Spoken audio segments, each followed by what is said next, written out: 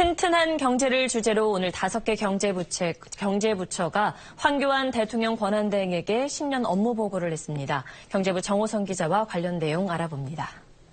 먼저 국민 실생활과 관련된 정책은 어떤 게 있습니까? 네, 서울에서 부산까지 직행으로 운항하는 고속열차가 올해 이르면 7월부터 운행을 시작을 합니다. 네. 요금은 현재보다 소폭 오르겠지만은 현재 한 2시간 반 넘게 걸리는 운행 시간이 약 한 30-40분 정도 이렇게 단축될 예정입니다. 네. 또 청탁금지법과 관련해서 내수 부진이 워낙 심각하다 보니까 식사나 선물 상한액을 조정해달라는 이런 요구가 있었습니다. 이에 대해서 황교안 권한대행은 법 도입 취지가 훼손되지 않는 범위라면 조정을 검토해 볼 것을 정부에 지시했습니다. 네.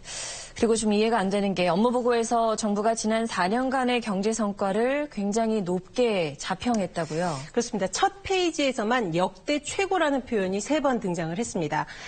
국가 신용등급, 고용률 등이 역대 최고라는 자화자찬인데 과연 그럴까요?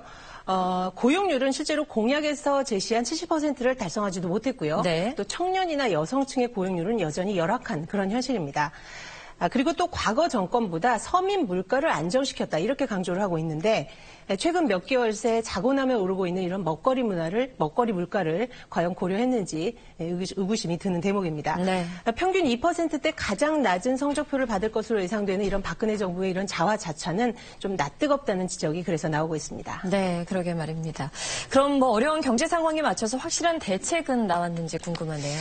네, 이게 올해 지난해 이런 업무 보고 내용입니다. 제가 비교를 좀 해봤습니다. 그랬더니 경제 활력, 재정 투입, 또 일자리 창출, 리스크 관리, 부채 관리, 신산업 육성, 수출 확대 이런 두루뭉술한 목표가 올해도 어김없이 계속해서 등장을 하고 있었습니다. 네. 내년도 전년도 것과 매우 비슷해서 이른바 표지가리 정책도 많았는데 브리핑에서도 이런 내용이 드러났습니다. 비교해서 들어보시겠습니다.